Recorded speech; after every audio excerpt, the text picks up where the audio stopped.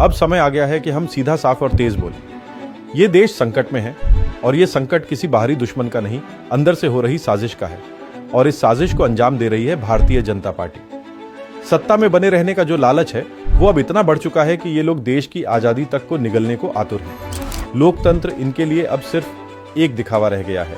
असली मकसद है बस कुर्सी, हर कीमत पर। चुनाव आयोग ने कंडक्ट ऑफ इलेक्शन रूल्स 1961 के रूल 93 को बदल दिया और अब आरटीआई लगाकर आप फॉर्म 17C, सीसीटीवी फुटेज या कोई भी चुनावी दस्तावेज नहीं देख सकते। मतलब अब चुनाव की पारदर्शिता खत्म। और ये सब सिर्फ 48 घंटे में कर दिया गया, हाई कोर्ट के ऑन ऑर्डर के तुरंत बाद। यानी साफ है कि सच छुपाने की साजिश रची जा रही है। अब जरा सोचिए, एक तरफ देश में वोटर लिस्ट मैनिपुलेशन की बातें सामने आ रही हैं, ईवीएम की पारदर्शिता पर सवाल उठ रहे हैं और चंडीगढ़ जैसे शहर में कैमरे की वजह से चुनावी धांधली का मामला सामने आया।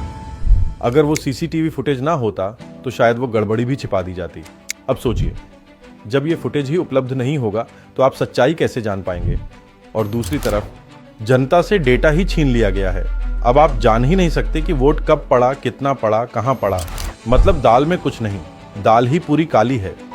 जब देश में सवाल उठ रहे हों तो जवाब देना सरकार और चुनाव आयोग की जिम्मेदारी होती है, ना कि कानून बदलकर चुप्पी और डर का माहौल बनाना। अब सिर्फ संसद में बोलने का समय नहीं है, अब सड़क पर उतरने का समय आ गया है। हर विपक्षी पार्टी को, हर कार्यकर्ता को अब गांधी वाला रास्ता चुनना पड़ेगा। डू और डाई, करो या मरो। ये लड़ाई अब सिर्फ किसी पार्टी की नहीं, ये लड़ाई हमारी आजादी की दूसरी लड़ाई है। राहुल गांधी जी ने आवाज उठाई है, अब उसे जन आंदोलन बनाना है।